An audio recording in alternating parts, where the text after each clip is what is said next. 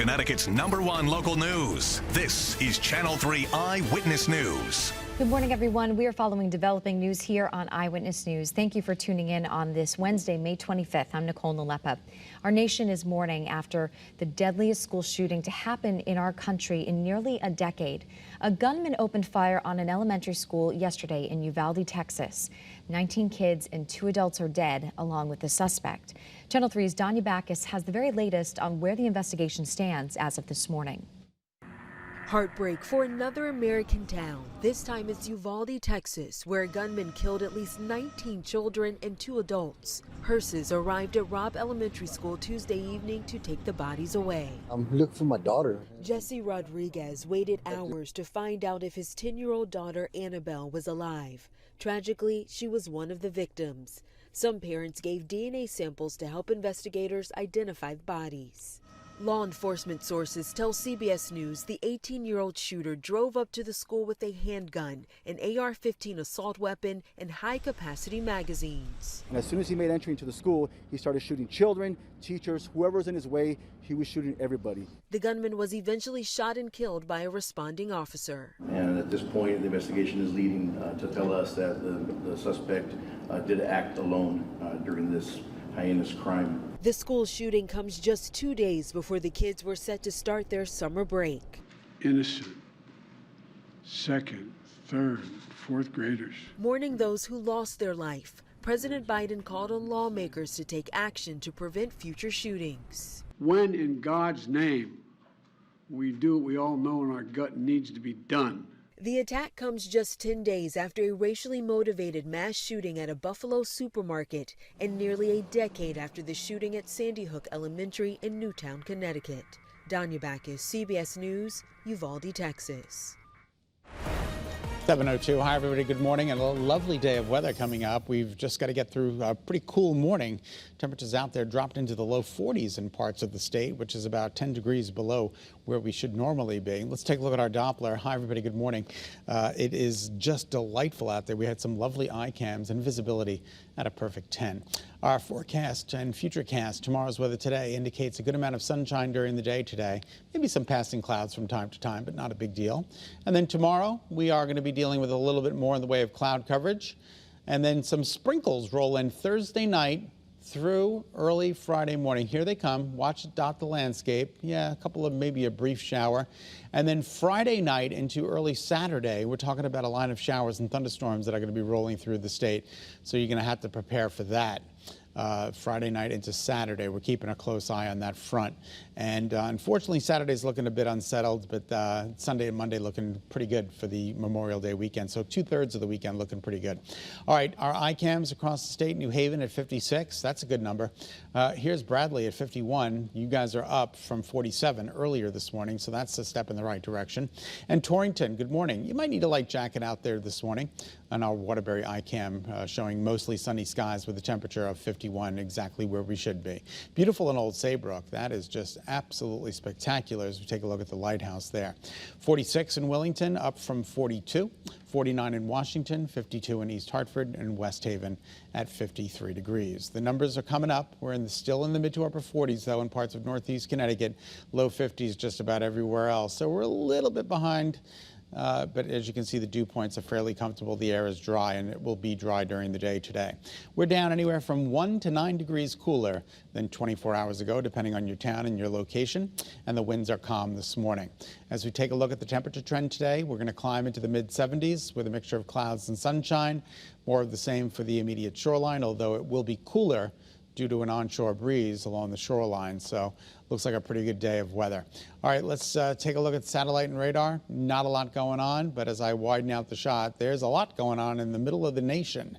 Now, if you look out over the open waters of the Atlantic, just to the south of Connecticut, you're going to see a little disturbance. That's the shower activity Thursday night through Friday morning.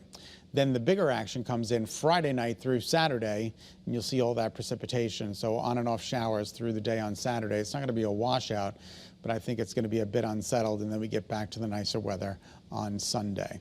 Once again, here's the early warning futurecast to prove to you it's going to be a lovely day of weather today. Get out there and enjoy it. Daytime highs today in the mid-70s, partly to mostly sunny, and your 7-day forecast looks good today, good tomorrow. Most of Friday looks good with showers and thunderstorms at night into Saturday. And then Saturday, we're hoping for some late day clearing. Sunday and Monday look good with temperatures warming into the low to mid 80s. That's a check of your early warning forecast. Nicole will send it back to you. All right, thanks, Scott. As lawmakers watched the horrific details in Texas unfold yesterday, they made passionate pleas to their peers to take action. Senator Chris Murphy's speech on the floor yesterday is now going viral. Channel 3 Eyewitness News reporter Marcy Jones has the latest. This latest devastating loss of life is the 27th school shooting so far this year in the U.S., coming just 10 days after a gunman opened fire in a Buffalo grocery store, leaving 10 people dead. Senator Chris Murphy condemning some Republican lawmakers over their inaction and resistance to gun control measures. Tuesday's mass shooting that left at least 19 children and 2 adults dead at Robb Elementary School in Uvalde, Texas, shared eerie similarities to the 2012 Sandy Hook shooting here in Connecticut, which left 26 dead. Lawmakers begged the question, when will enough be enough? I'm here on this floor to beg, to literally get down on my hands and knees and beg my colleagues. Find a path forward here. Work with us to find a way to pass laws that make this less likely. I understand my Republican colleagues will not agree to everything that I may support, but there is a common denominator that we can find. Marcy Jones, Channel 3 Eyewitness News. Now, several schools across the state have announced that they've stepped up security measures in the wake of this tragedy. And you can see several of the schools on your screen, including Southington, Waterbury, and North Haven. Some of the measures include more officers present during pickup and drop-off times. And memories from the Sandy Hook tragedy are resurfacing, not just for schools, but also for law enforcement. Former State Police Lieutenant J. Paul Vance updated the world on the investigation in Newtown nearly 10 years ago. And now Channel 3's Caitlin Francis has reaction to yesterday's horrific shooting. She is live now in the studio with the latest. Kate?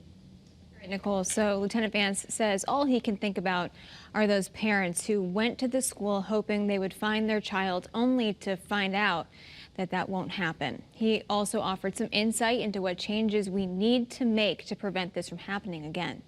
And it resurrects all the feelings that many of us had at Sandy Hook. And I don't just mean law enforcement, I mean the whole state of Connecticut. Retired State Police Lieutenant and WFSB law enforcement analyst J. Paul Vance knows firsthand what it's like to see families reunite after a school shooting, and also knows firsthand what it's like when that doesn't happen. Having witnessed that's just the most heartbreaking thing that one could ever encounter. I said it before, putting a child on the bus that morning with a lunchbox, see it tonight, honey, and never to see that child again is just unbelievable. He believes there are ways to try and prevent future tragedies like the one in Sandy Hook nearly 10 years ago and the one the nation witnessed yesterday in Texas. He says securing schools and having resource officers are a good first step. The safety and security in schools is important.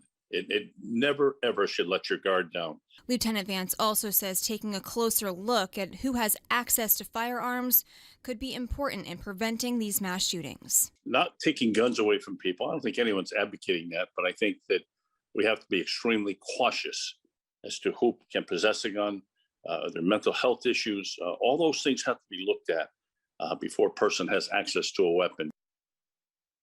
Lieutenant Vance says there have been 26 school shootings just this year alone. It's only May 25th. And he says more of these events will happen if nothing changes. I'm Caitlin Francis, Channel 3 Eyewitness News. All right, thanks, Caitlin. And thank you so much for tuning in to Eyewitness News on this Wednesday morning. Remember, you can get news and weather updates anytime on the Channel 3 app. Be healthy, stay positive, and go out and do some random act of kindness today. We'll see you back here tomorrow.